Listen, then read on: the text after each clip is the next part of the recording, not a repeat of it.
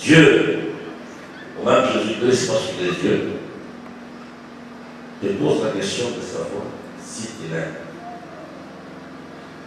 Alors, le thème c'est: aimes-tu Dieu véritablement? Pose la question à ton voisin. Aimes-tu Dieu véritablement?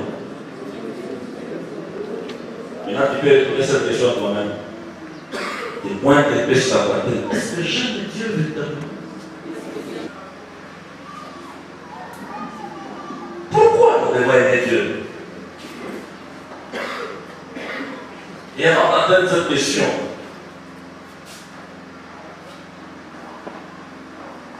parlons un peu chez moi sur la conception du monde en matière d'amour.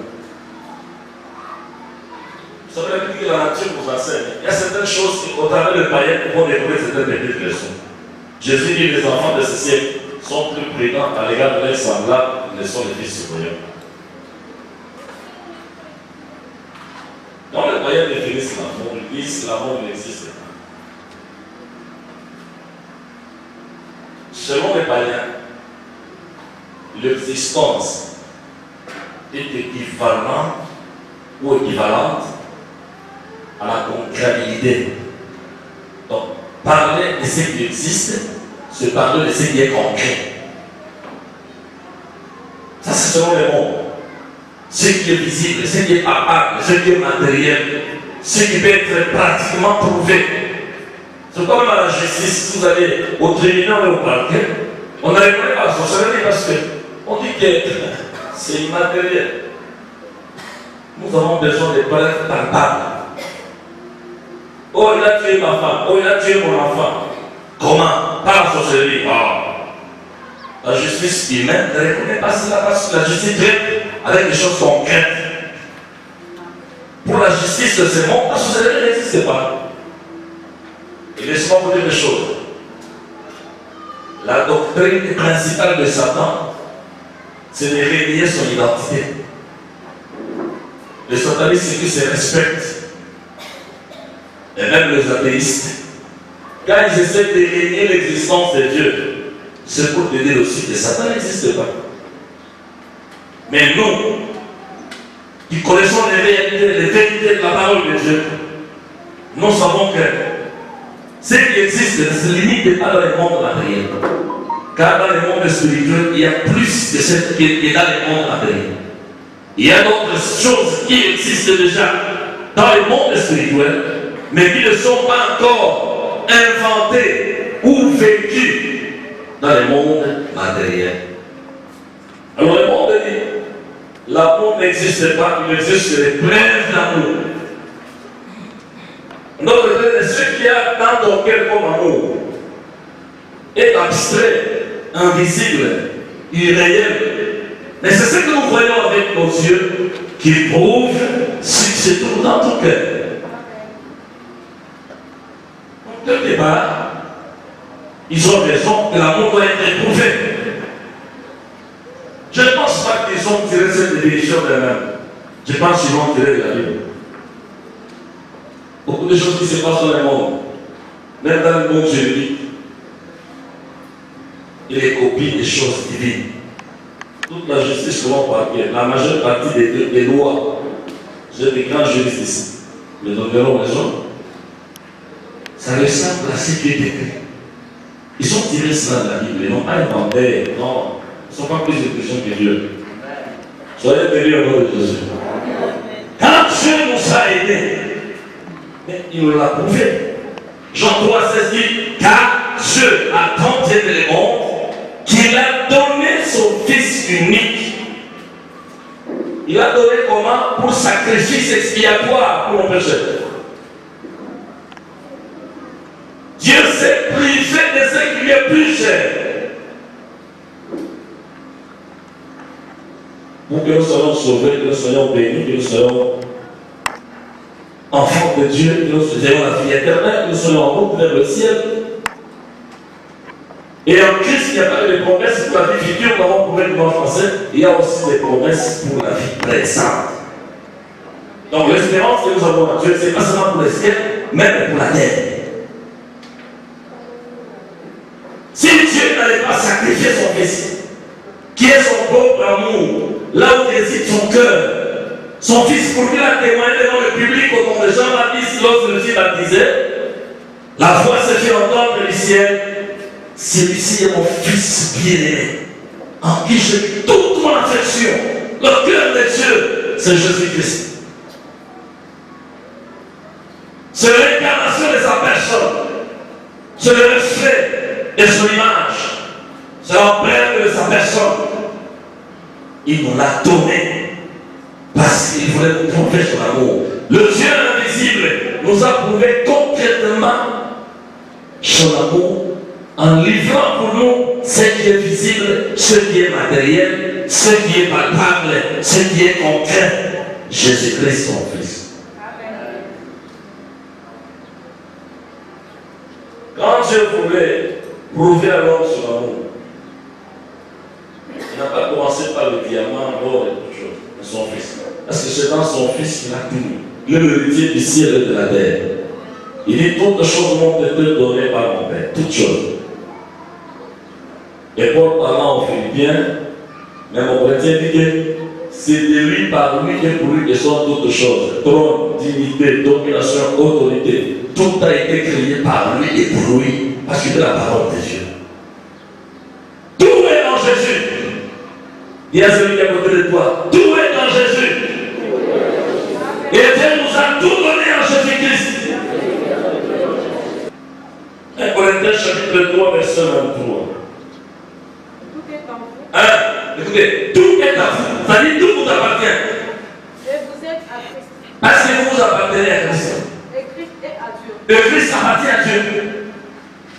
S'il faudrait changer la manière de dire, donc dire cela d'une autre manière, nous dirons Christ est à Dieu, c'est-à-dire Christ appartient à Dieu.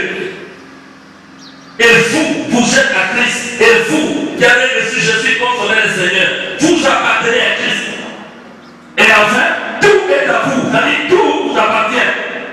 Alors peut-être quand Dieu nous a donné Jésus, il nous a tout donné. Amen. En Jésus, il y a le ciel et la terre. En Jésus, il y a les promesses de révolution terrestre et céleste. En Jésus, il y a l'évolution de la vie que nous menons actuellement sur la terre et après la terre. Soyez bénis au nom de Jésus. Est-ce que quelqu'un qui a compris ça peut acclamer encore très bien Dieu? Parce que Dieu lui a prouvé son amour en lui donnant tout par Jésus. Jean dit cela ne va pas se limiter là. Nous aussi, nous devons prouver à Dieu notre amour. Maman Déborah dit à frère Abraham sur les mots. Je t'aime, Abraham. Je t'aime, Abraham. Et après, elle voit un poulet. Ah, j'aime ces poulets. Souvent, hein, la manière que ces choses s'appliquent, souvent on dirait que ça s'applique de la même manière. Ce jeune-là. Si les poulets avaient des oreilles, ils peuvent vraiment trembler les crânes. C'est dangereux quand on dit j'aime ces poulets. Et que le poulet entendait ça. Le poulet va commencer à trembler parce qu'il sait que cet homme, la montre là pour moi, c'est pour me croquer. Et vous savez, la majeure partie d'amour que nous avons vis-à-vis des autres, souvent c'est un amour du poulet. C'est-à-dire, un amour qui cherche à tirer les intérêts de l'autre. Mais nous n'avons rien apporté comme preuve de notre amour pour la personne que nous disons que nous l'aimons. Ah, si j'ai raison, dit quand même. Amen. Donc, l'amour qui n'est pas quelqu'un d'un seul sens. Mais il n'a pas une flèche de retour. Je t'aime le poulet. Si vous les connaissez, beaucoup de gens aiment le poulet. Et s'ils pouvaient crier, ils pouvaient crier non seulement bonne année. Et vous allez crier j'aime le poulet. Et tous les poulets avaient fait même des marches de bonheur. Et vous marchez comment pendant qu'on vous aime? Non, on ne nous aime pas. On aime nous croquer, nous dévorer. Nous déchirer, nous égorger. Et l'amour que nous avons pour Dieu ne soit pas l'amour du poulet. Si nous aimons Dieu d'un amour sincère, d'un amour de tout, cet amour-là va se matérialiser et se concrétiser par plusieurs preuves tangibles. Elle dit que l'homme regarde ce qui frappe les yeux, mais Dieu voit les cœurs. Hein?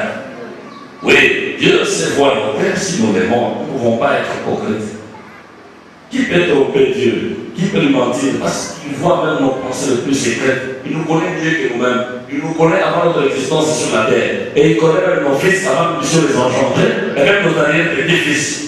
Parce qu'il est omniscient, il connaît les passés, les présents, les futurs. C'est dans sa vie, c'est dans ses attributs absolus. Nul ne semblable à lui. Il est l'unique en son genre, en cette matière-là. Il est le seul qui soit infini, le seul qui soit parfait, le seul qui soit immatériel, le seul qui soit saint. Alors saint dans les traits son système. Pas seulement en matière de pureté, mais en matière de souveraineté. Il est aussi omniscient, il est omnipotent, il est omniprésent, il est éternel. Est-ce qu'on peut éternel sur Dieu glorieux? Tu peux se dérober à son égard.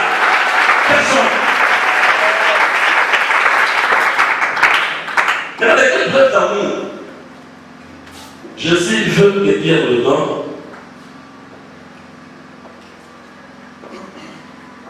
Quand il s'adresse à Pierre comme pasteur, il dit, la preuve d'amour que je cherche en toi est que tu baisses mes brebis. Celui qui m'aime aimera mes brebis. Amen. Que Dieu pardonne tous ceux qui parlent mal contre les pasteurs. Ils ne connaissent pas les douleurs des sacrifices que ces gens connaissent à cause des brebis que Dieu leur a confiées. Et s'ils baissent ces brebis, par amour, ils ont les récompenses. Mais s'ils les font malheureux, eux, il n'y a rien qui peut attendre.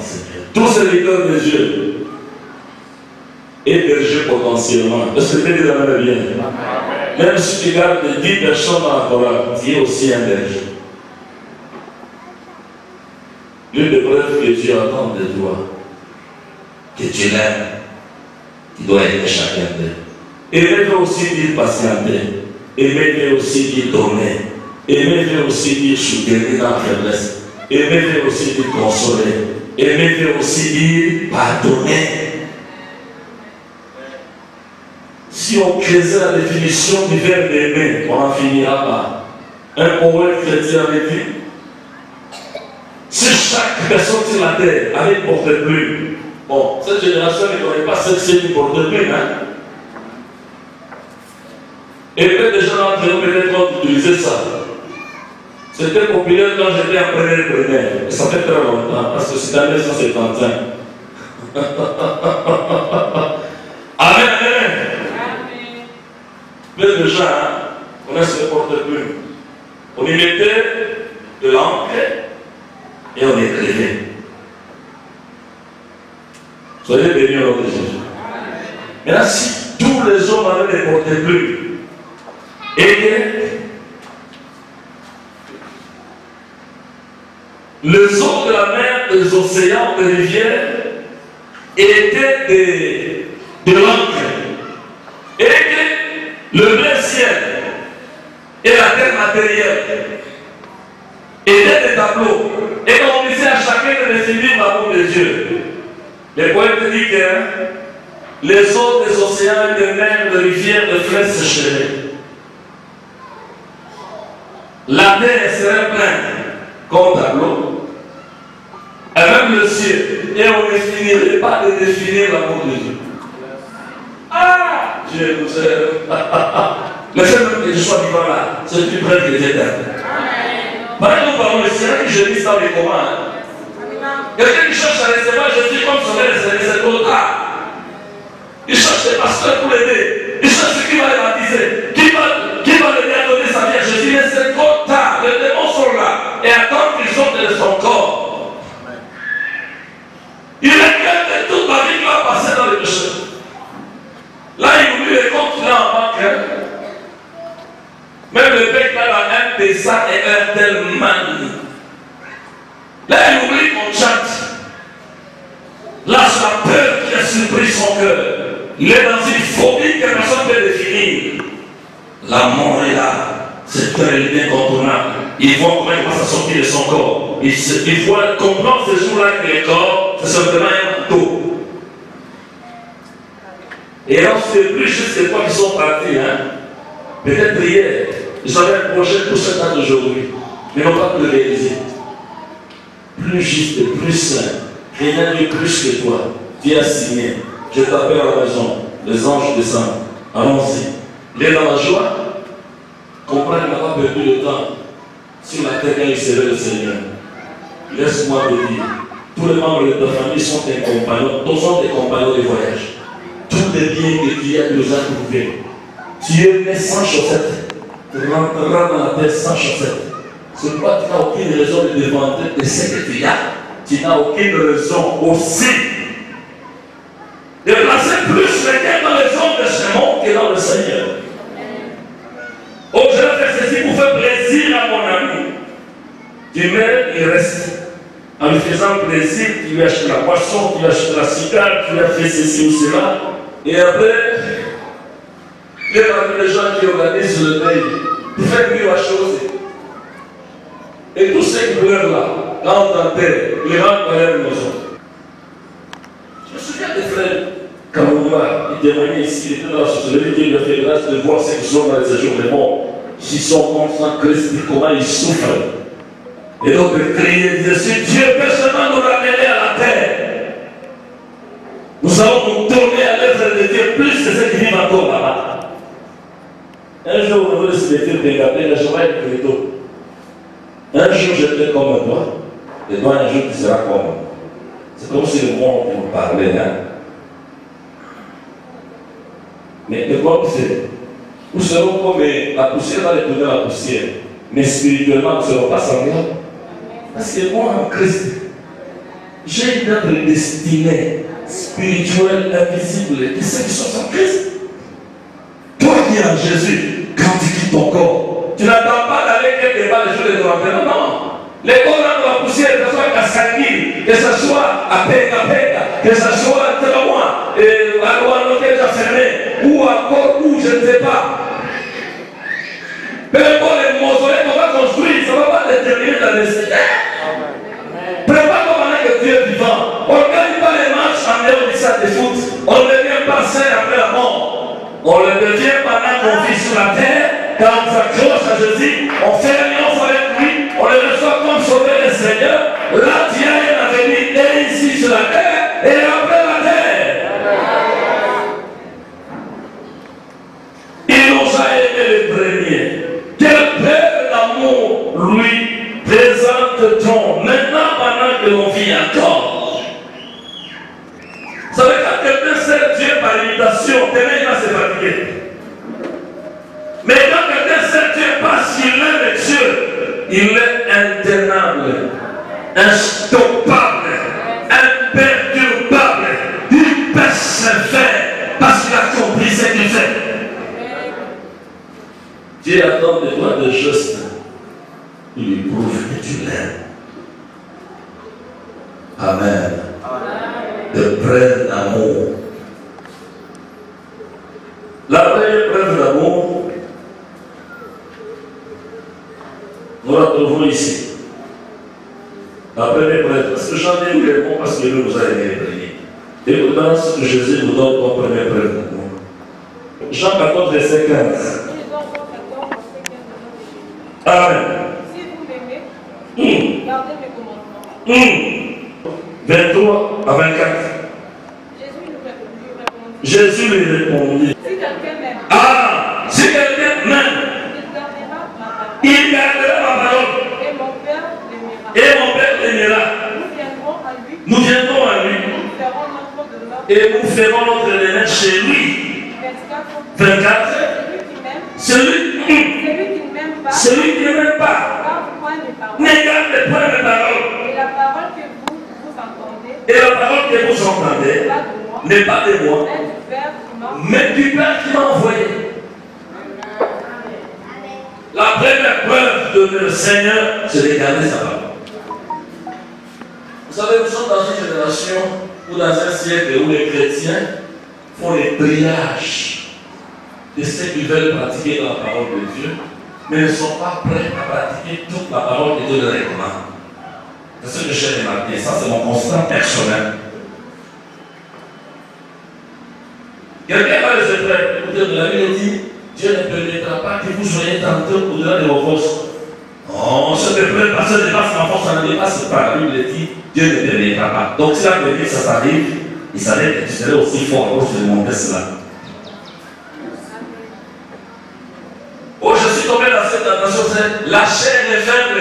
Mais la Bible elle-même aussi dit que l'esprit est bien disposé.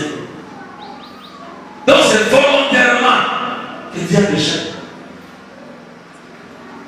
C'est ce qui avait manqué à Adam et à Ève. Alors pourquoi Dieu a fait ça? Pour la femme que tu m'as donnée. Tu vas dire, tu ne veux. Ève, c'est quoi? On se laissait pas. Personne ne pouvait prendre le courage de dire à Dieu, je suis désolé de t'avoir déçu.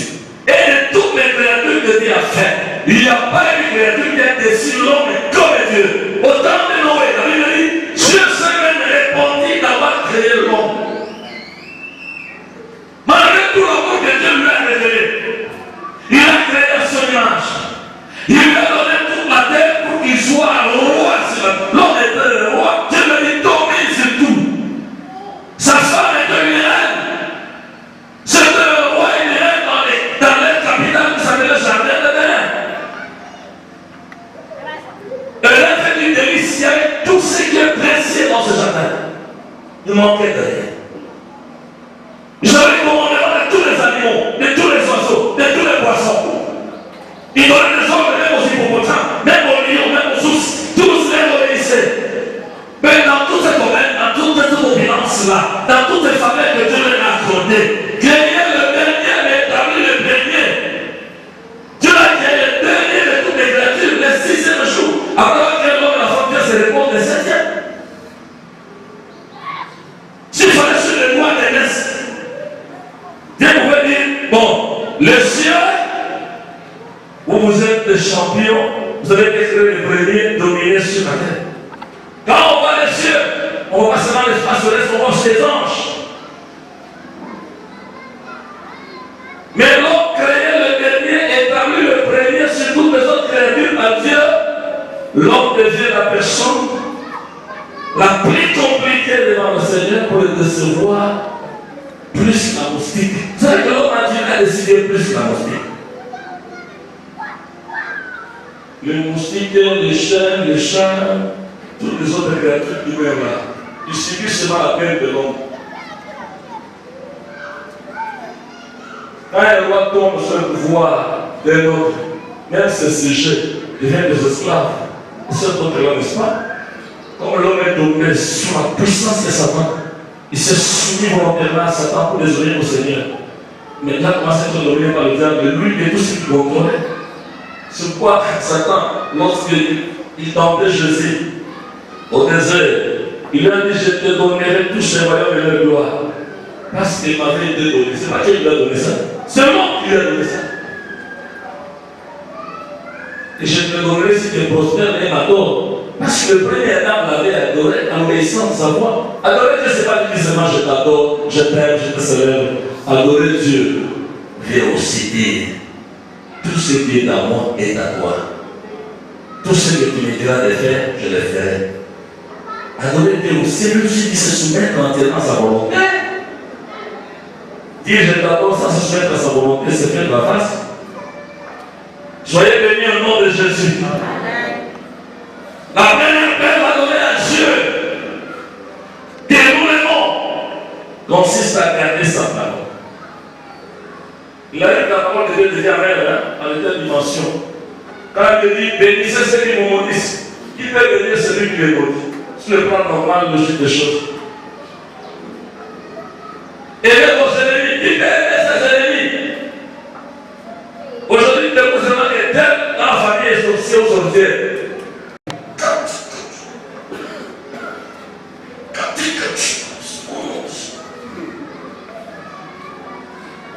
Même si tu as des mensonges qui te combattent, laisse-moi t'informer que Dieu l'aime malgré sa société.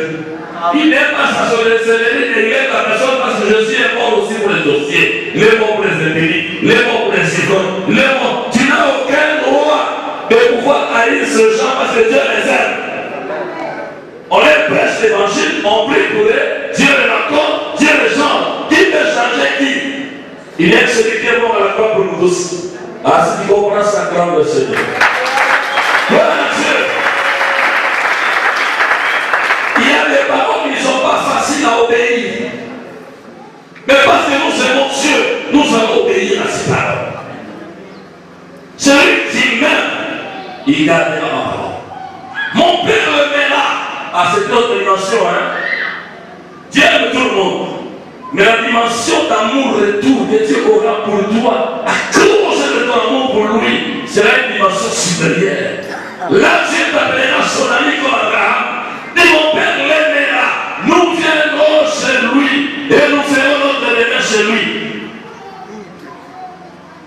À cela s'attache un avantage d'aimer Dieu lorsqu'on garde ma parole. On devient même le siège de Dieu. On devient le ciel sur la terre. Parce que quand Dieu vient habiter chez toi avec Christ, est-ce que les anges vont rester? Non.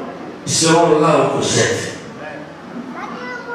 Ce n'est pas les gens qui ont été. Les hommes seulement pouvaient guérir les malades. Et même ne savaient pas que cela s'est passé ici. Je vais déjà se demander cette grâce. J'étais un conservateur, j'ai quitté la Guinée, j'avais la Genève. Quand je l'ai fraîchement de Kisangani.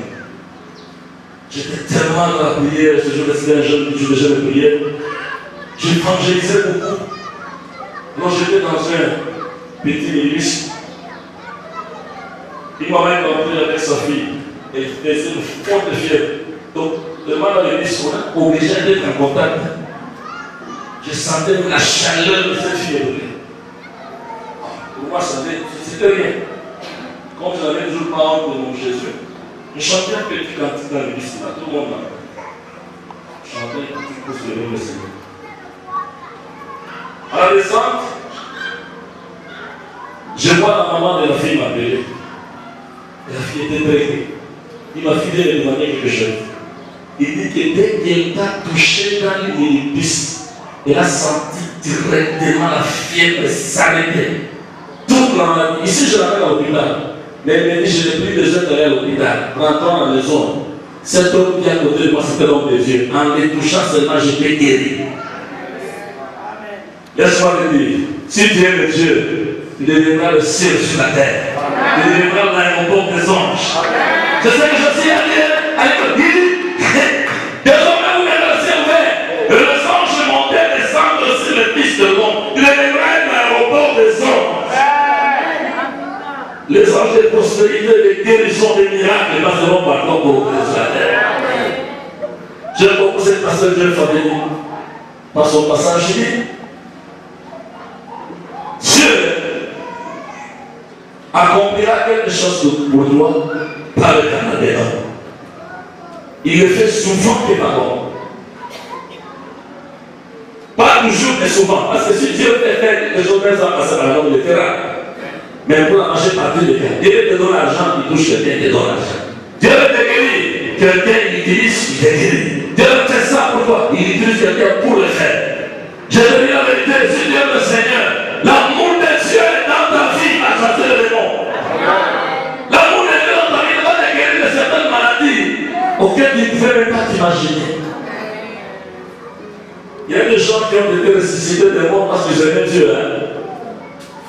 Ceux qui gardent ma parole, ils aiment Dieu, ils craignent le péché, ils fouillent le péché, ils fouillent le péché. Ils ne manqueront pas aussi d'aimer leurs frères, c'est une deuxième prête d'amour.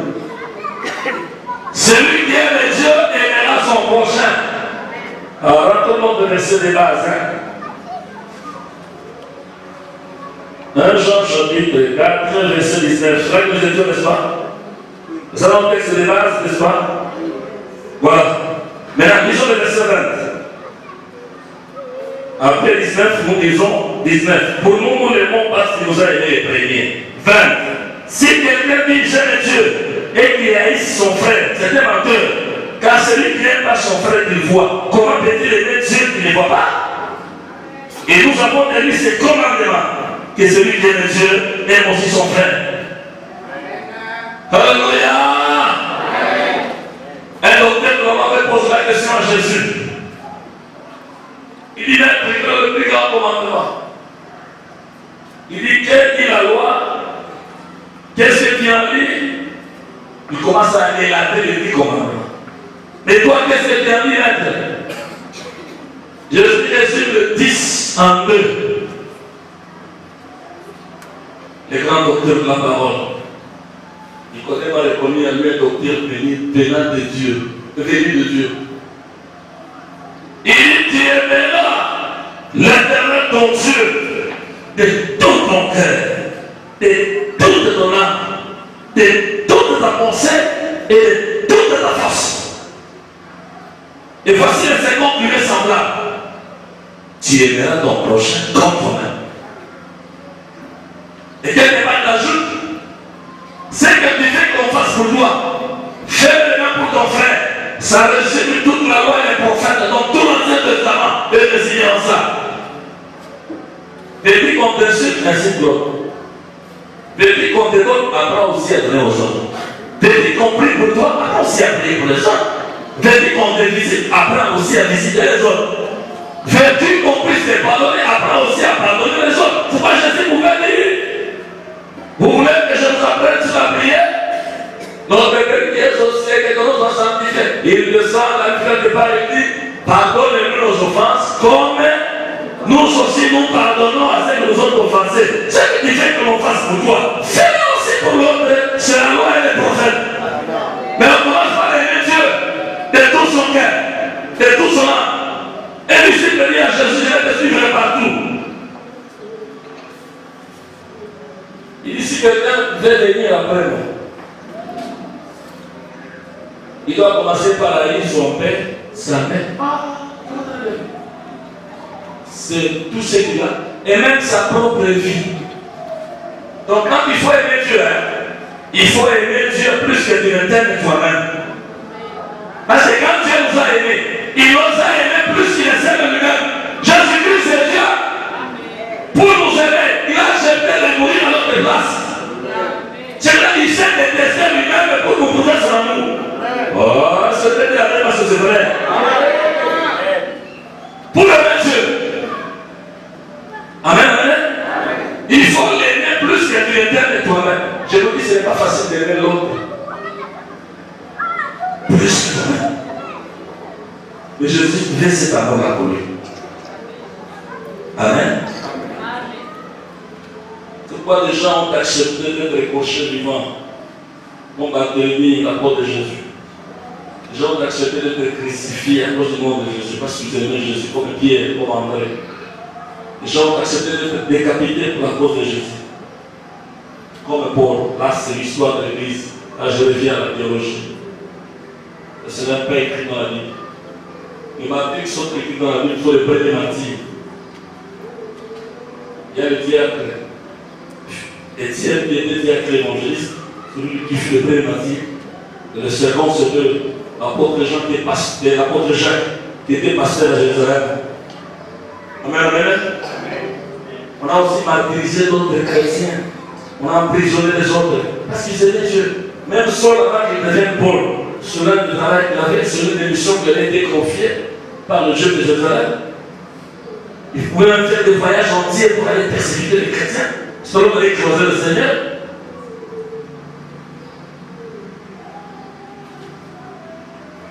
Ils ont aimé Dieu plus que leur vie. Même quand on parle de la victoire sur le diable, la victoire des saints, des enfants de Dieu sur le diable, dans Apocalypse 9, verset 11, la Bible dit ils l'ont vaincu, ils ont vaincu le dragon à cause du sang de l'agneau et à cause de la parole de leur témoignage. Et en droit, ils n'ont pas aimé leur vie jusqu'à craindre la mort. Pour Dieu, ils ont accepté d'haïr leur vie jusqu'à accepter la mort. C'est ce que la Bible dit là-bas. Ils n'ont pas aimé leur vie jusqu'à craindre la mort. La mort ne leur avait rien dit. C'est comme Shadrach, Meshach et Abednego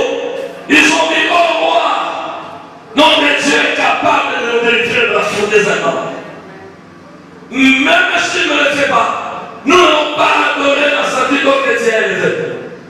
Donc la mort ne nous dit rien, nous aimons le Seigneur et nous sommes prêts pour toute sa cause. Pour Dieu, nous devons l'aimer plus que nous ne nous aimons nous-mêmes. Daniel se marque pour l'amour de l'avait pour le Seigneur. Il dit non, non. Mon pasteur, le prophète Nathan, moi j'habite dans une maison spéciale de cèdre. Aujourd'hui, on peut comparer ça à un palais de marbre. Et le lâche de Dieu a dit tout dedans. Non, non, non, non. J'ai pensé de bâtir un temple de Seigneur. Il ne cherchait pas pour Diagas, il voulait le faire lui-même.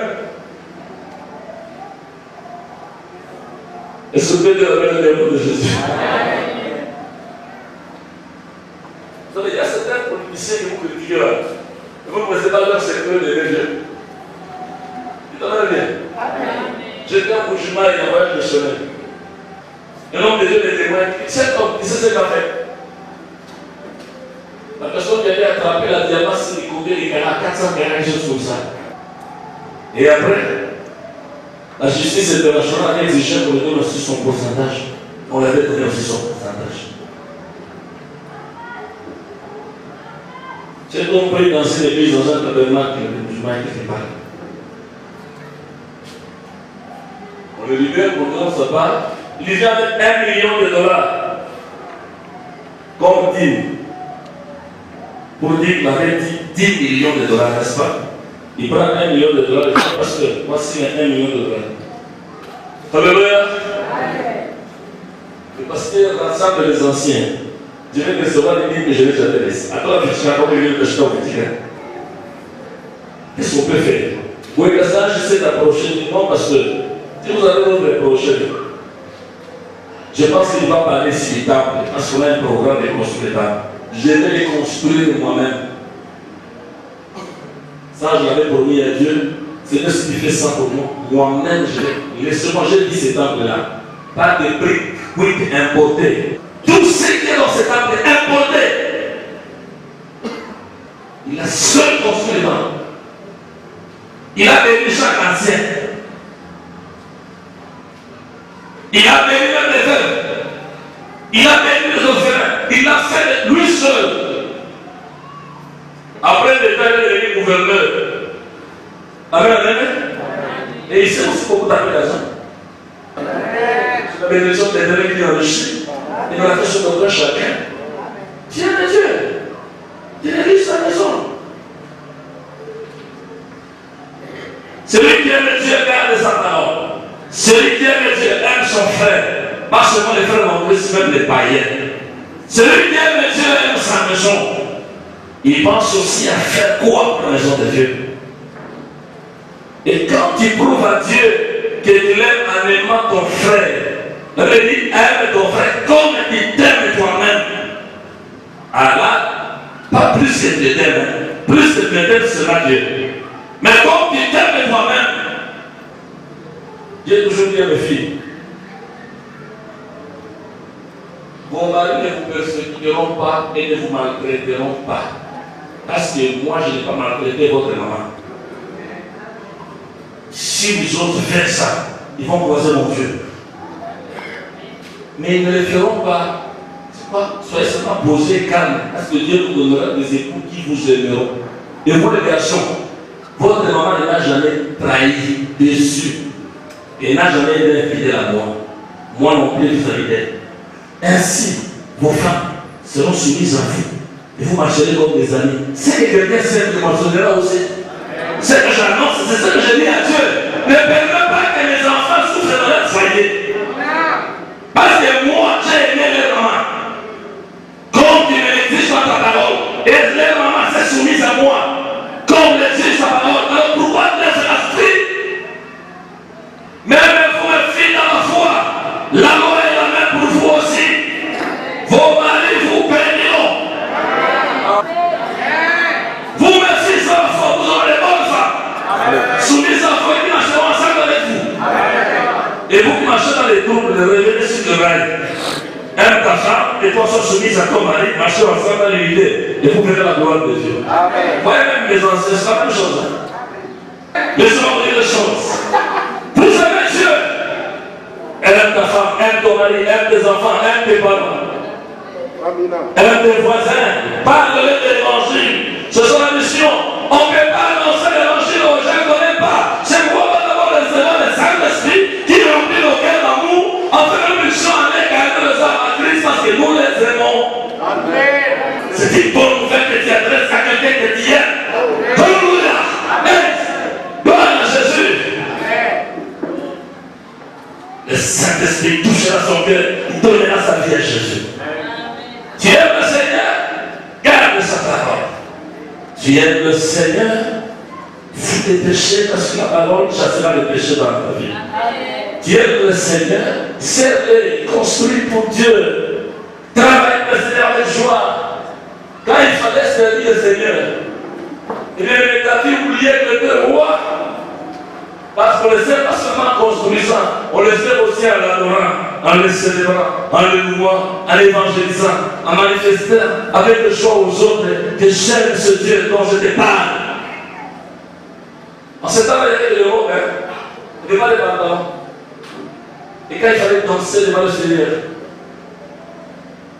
en présence de tout Israël, David sautait, et même sa robe s'est soulevée, jusqu'à énerver sa femme. Se défendre de ce ventre qui commence à te têter comme ça, que le roi. David devait quand même la comprendre. Michal, sa première femme, était fils du premier roi Israël. Vous connaissez quand même qu'un roi doit avoir quand même son éthique. Il doit avoir un mode de vie à suivre, n'est-ce pas? Ce sont des principes qui sont donnés dans le leadership des autorités. Comment peut se comporter comme ça? David a oublié tout ça. Puisque devant l'Éternel, qui m'a établi des préférences à ton père, j'ai dansé.